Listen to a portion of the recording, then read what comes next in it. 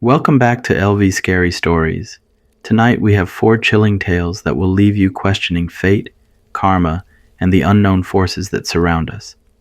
These stories explore pain, loss, vengeance, and the price we sometimes pay for what we believe is justice. Whether you believe in the supernatural or not, some stories just feel too real to ignore. Turn off the lights, get comfortable, and let's begin. Story number 1. This first story is one of my personal scary stories. Since I have cancer and am currently going through treatments, I didn't want to tell this story.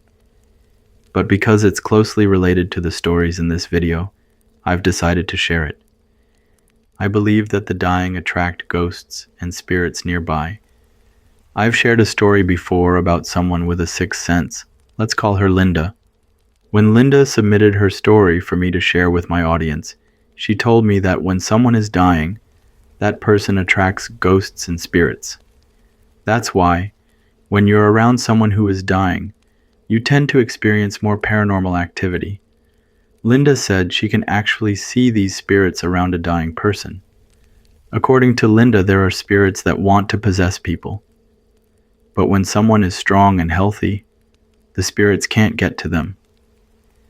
It's only when a person becomes weak and sick that the spirits draw near and try to take over the person's body. I've told Linda's story once before in my native language on my other YouTube channel. I believe what Linda said is true. I've worked in healthcare for almost 20 years, and as a nurse for a little over 10 years. I've seen and heard strange things around dying patients. I've even shared some of those experiences in previous videos. But in this story, I want to focus on my father. He was a hardworking man, and everyone who knew him respected him. My father was not a crazy person. He didn't drink or use drugs. When he was diagnosed with nasopharyngeal cancer and started treatment, he began to experience a lot of paranormal encounters. During that time, my father had to stop working, and because of that, our family struggled financially and moved from house to house. Eventually, 3 of my older brothers started working, and things stabilized. When my father was close to death, he began seeing his dead friend and our deceased great-grandmother. He would nap on the couch and wake up because he smelled something like rotting flesh. As he opened his eyes, he would either see his dead friend hiding somewhere in the house, or he would see my great-grandmother visiting and trying to take him with her. This happened often. Every time he would tell us where he saw his friend hiding, but when we checked, there was nothing there. It always scared everyone. Around the same time, my 2 younger sisters shared a room. I remember one night, one of them went upstairs to their room on the 2nd floor. When my sister turned on the light, there was a little blonde girl with long hair sitting at the edge of her bed. My sister screamed and ran downstairs, crying. She told us what she saw, so we went to check. The room was empty, but there was a doll with blonde hair on the bed. My sisters said they didn't know where the doll came from. It didn't belong to them. We showed it to my father, and he got angry. He grabbed the doll and threw it over the backyard fence and into the street. Just a few weeks before my father passed, I remember one particular night. I waited until everyone was asleep so I could play video games online without the internet lagging. I was alone in the living room downstairs, gaming. It was late into the night when I started to feel like I wasn't alone. Suddenly, the blinds on the sliding glass door began to move. I thought maybe someone had turned on the air conditioner, but the way the blinds moved didn't look like they were being blown by air. I stood up to look, and that's when the fruit blender turned on by itself for a few seconds before shutting off. I panicked and ran upstairs, leaving the game and the TV on. After my father passed, we no longer experienced any paranormal activity. That's why I truly believe what Linda said, that a dying person attracts ghosts and spirits nearby. Thank you for listening. Story number 2. My family and I are Christian. In our old religious beliefs, a wife's mother could not come and live with her and her husband. However, since we converted to Christianity, that no longer matters. When my mother became sick and had no one to take care of her, my husband and I decided to move her into our home. My mother didn't smoke, but she developed lung cancer after many years of going to the casino. After my father passed away, she received a good amount of money from his employer's life insurance. That money lasted her for a while. She went to the casino often, and I remember the few times I went with her. I couldn't stand the smell of cigarettes inside. After we moved my mother in, I quit my job to become her caregiver. During the weekdays, my children were at school, and my husband and I were both working.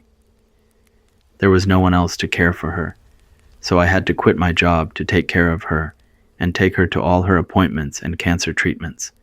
The treatments made her feel very sick and weak. After a while, the doctor told us there was nothing more they could do. The treatments had stopped working, and he said my mother wouldn't be able to tolerate anything more aggressive. She was placed on hospice, and pain management became the main goal. During the last 2 weeks of her life, she would wake up, clutching her blanket to her chest, coughing, and calling me into her room. She would say, "Mimi is trying to get her money back." She comes and pulls my blanket and touches me all over to see if I have her money. My mother would point to the closet and say Mimi would go through it looking for something. The nurse had warned me about hallucinations, saying they were a possibility as her health declined, but I didn't expect her hallucinations to be like that. It was creepy. By the way, Mimi was one of her old friends who used to go to the casino with her, but she passed away a few years ago. I honestly don't know if my mother ever borrowed money from her, especially since she had the life insurance money from my father. Ever since I became her caregiver, I've had access to her bank account. There was hardly any cash in it. But, like many Asian elders, my mom didn't trust the bank and preferred to keep cash in the house. Still, among the few belongings she brought with her, I never found any money. My guess is she spent it all. I remember the day my mother passed away. It was around noon. I went into her room to see if she wanted to take a sip of water. She hadn't eaten in almost 72 hours, though she'd take a small sip of water here and there. When I went in, I noticed her breathing was slow and shallow. I sat by her side, crying, and stayed with her until she took her last breath. After that, I said a short prayer at her bedside and then covered her up. I walked to the dining room and started making phone calls to notify the family. While I was on the phone with my sister, I suddenly heard what sounded like someone slamming the sliding closet door in my mother's room. I froze for a moment. Then I asked my sister to stay on the line with me as I walked back to the room. I saw that my mother's blanket had been pulled down to her knees, and the closet door was slightly open. I felt a strong presence in the room, and it freaked me out. I quickly closed the bedroom door and went outside to sit on the front porch. My husband was the first person I had called after my mother passed, so I waited for him to return. When he got home, we went into the room together. I stayed behind him as he opened the door. The blanket was still at her knees, but now the closet door was completely shut. It was strange. After we held the funeral and buried my mother, we didn't experience anything else paranormal in the house. But during those last few weeks, when she was very sick, I could definitely sense something was in the house, especially in the room where she slept. Thank you for listening. Story number 3. Do you believe in black magic or voodoo? I used to think it was crazy to believe in those things because I'm a man of faith. I've given my life to Jesus Christ for a long time now. However, there was an event in my life that made me believe black magic truly exists. When I was still in middle school, my mother became very sick. She constantly had abdominal pain and couldn't keep anything down. She started losing a lot of weight. My mother was sent to the hospital several times, but the doctors couldn't find anything wrong with her. She didn't have stomach cancer, pancreatic cancer, or anything like that. Her blood work was always normal. All her endoscopy and colonoscopy results came back fine. They found nothing. She was sent back home with pain medication, and for a while she felt better. But then the pain came back, and again, she couldn't eat or keep anything down. To make a long story short, before my mother passed away, she said something to my father while I was there. She asked him, "Did you do something to someone in the past?" "There's a lady that keeps coming to me in my dreams, telling me that you killed her with your black magic." My father didn't say anything. He just held her hand. A few days later, my mother passed away. After her death, my father decided to take us to church. We changed our religion from shamanism to Christianity to escape the ghosts and spirits of the shamanic world. I don't know if that makes sense, but we believe that the spirits and demons of a particular religion can follow and torment its followers. That's one way to put it. While attending church, my father met a widow. They grew close because they had something in common, losing a spouse. They connected through that shared pain. Eventually, my father married her, and she and her children moved in with us. After about 4 years, my stepmother started getting sick, exactly the same way my mother had. She began having abdominal pain, and once again, doctors couldn't find anything wrong. Her illness dragged on for almost 2 years before she passed away. Before she died, she told us she kept seeing another woman and my mother in her dreams, telling her to divorce my father. But she didn't believe in dreams. And besides, the church was praying for her. We thought the prayers would protect her from anything demonic. But in the end, she lost her life to that same mysterious illness. For us Southeast Asians, when someone loses 2 spouses, we tend to blame ourselves and believe we're cursed, surrounded by death. We fear that whoever we're with will eventually get sick and die. Because of that belief, my father chose to remain single. About 2 years after my stepmother passed, my father began experiencing severe abdominal pain. He was rushed to the hospital when the pain became unbearable. That's when they found he had advanced pancreatic cancer. Pancreatic cancer is very aggressive. While my father was on hospice, he was put on anti-anxiety medication and strong painkillers. During this time, he hallucinated and said he saw a woman and his 2 wives coming to his bedside. They would pull on his legs and hair, causing him pain and discomfort. Many church members came to pray for my father. His relatives also came to visit. He was in and out of consciousness until the end. One day, I was sitting in the living room and overheard a conversation between some relatives.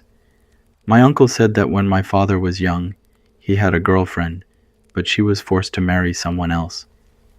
This happened back in Asia. My father was heartbroken and angry that his girlfriend didn't disobey her parents to be with him. After she got married, my father learned black magic from someone. Eventually, he mastered one form of black magic, something called stone summoning. According to what I heard, stone summoning is when you spiritually summon a small stone into a person's body, usually the stomach area, causing pain and suffering. Eventually, the person can die from it. Back in Southeast Asia, this kind of black magic was not uncommon. For example, if you wanted to gain fame or money, you could summon a stone into someone. When they got sick and were in pain, villagers would try everything to cure them, but nothing would work. Then, if you pretended to help and used your black magic to remove the stone, they would feel better. People would praise you and even pay you for your healing power. But if you abused that magic too many times, people would eventually figure it out. They'd hunt you down, and sometimes kill you and your entire family. That's why most practitioners of this kind of magic are gone. My father, I learned, had practiced this magic. When he converted to Christianity, he was hoping to escape the consequences and demons from the shamanic realm. But it didn't work. I believe that the woman he cursed came back to take my mother. And then she came back to take my stepmother. Or maybe my father was the one who killed both of his wives with his black magic. I don't know. Thank you for listening. Now let's turn to me, your storyteller. Let me tell you something else. The stone summoning black magic is something my family had encountered before, back when we lived in a refugee camp in Thailand in the early 90s. One day my father went to the flea market to sell vegetables. Across from him was another man selling the same vegetables. But most of the customers were buying from my father. After a while, that man walked over and said to my father, "You're very lucky, but with an angry face." Then he walked back to his own stand. Later that day, after my father came home, he started experiencing intense abdominal pain. He was moaning, sweating, and couldn't even get up. Our relatives came over, but no one knew what to do. My father's uncle suspected that it wasn't illness, but rather someone had summoned a stone into his body. He went to visit an old man in the village, a shaman, and offered him some opium to ask for help. The old man came to our house, looked at my father, and immediately knew what was going on. He told my mother to boil an egg. Once it was ready, he placed the egg into a small cloth bag and started massaging my father's stomach, while chanting in a strange language. After a few minutes, my father's pain went away. Then the old man cracked open the egg. Inside the yolk was a small black stone. He looked at my father and asked, "Did you anger someone today?" "The person who did this doesn't live far from here." That's when my father told the story of the angry man at the flea market. The old man then said he would send the stone back to the one who sent it. "If he knows how to remove his own stone from his body, he'll survive," the old man said. "If not, he will die." We never found out what he did with that stone or how he sent it back. Maybe he summoned that same stone into the other man's body. Who knows? But a few days later, the man from the market suddenly got sick and died. As a storyteller and a nurse, do I believe in these things? Honestly, I don't know. I lean more towards science than superstition. Maybe it was all just coincidence. The timing, the stories, the symptoms. But maybe these things really do exist. Thank you for listening. That's all for this video. Thank you for making all the way through and supporting my stories. Have a wonderful day or night.